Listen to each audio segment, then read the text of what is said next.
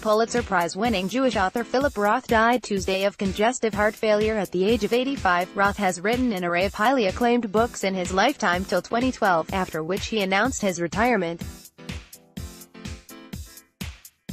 Among his literary works, perhaps the most well-known are American Pastoral, published in 1997, for which he received the Pulitzer Prize, and The Plot Against America, released in 2004, which followed a fictional scenario where Charles Lindbergh, a Nazi sympathizer, won the 1940 presidential election instead of the then POTUS Franklin Roosevelt. After the 2016 election, many opined Roth's 2004 novel foreshadowed the conditions America would go through under Trump's presidency, including the rise of xenophobia. In a rare interview with the New York Times, published in January 2018, Roth had some scathing remarks about the current POTUS. "No one I know of has foreseen an America like the one we live in today," he said. "No one could have imagined that the 21st century catastrophe to befall the USA, the most debasing of disasters, would appear not, say, in the terrifying guise of an Orwellian Big Brother, but in the ominously ridiculous commedia dell'arte figure of the boastful buffoon." When asked whether the central character of his fictional novel, Lindbergh, was exactly like Trump, Roth disagreed. He said the main plotline of his novel follows Lindbergh striking a deal with Nazi leader Adolf Hitler to keep America out of Europe before World War II, and added the former had a number of redeeming qualities that Trump lacks. Author Philip Roth poses in New York, September 15, 2010. Photo, Reuters. Eric there, it's the difference in stature between a President Lindbergh and a President Trump.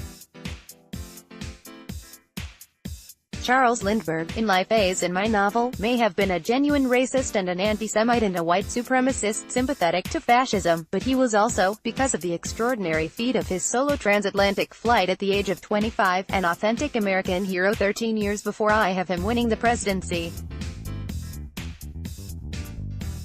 Lindbergh, historically, was the courageous young pilot who in 1927, for the first time, flew non-stop across the Atlantic, from Long Island to Paris. He did it in 33.5 hours in a single-seat, single-engine monoplane, thus making him a kind of 20th-century Leif Erikson, an aeronautical Magellan, one of the earliest beacons of the age of aviation. Trump, by comparison, is a massive fraud, the evil sum of his deficiencies, devoid of everything but the hollow ideology of a megalomaniac, he said. In a series of emails exchanged with The New Yorker in January 2017, Roth had drawn a similar comparison between Trump and Lindbergh, adding, "Trump is just a con artist." The relevant book about Trump's American forebear is Herman Melville's The Confidence Man, the darkly pessimistic, daringly inventive novel, Melville's last, that could just as well have been called The Art of the Scam. Roth went on to state in the emails he was born in the year former President Franklin D. Roosevelt took office and lived through the tenures of leaders like Richard Nixon and George W. Bush. However, all their presidencies paled in comparison to Trump, but whatever I may have seen as their limitations of character or intellect, neither was anything like as humanly impoverished as Trump is, ignorant of government, of history, of science, of philosophy, of art, incapable of expressing or recognizing subtlety or nuance, destitute of all decency, and wielding a vocabulary of 77 words that is better called jerkish than English, he said. He added, he had never imagined what he wrote in a form of fiction in his book will come to pass in reality someday. I wanted to imagine how we would have fared, which meant I had first to invent an ominous American government that threatened us. As for how Trump threatens us, I would say that, like the anxious and fear-ridden families in my book, what is most terrifying is that he makes any and everything possible, including, of course, the nuclear catastrophe, he said.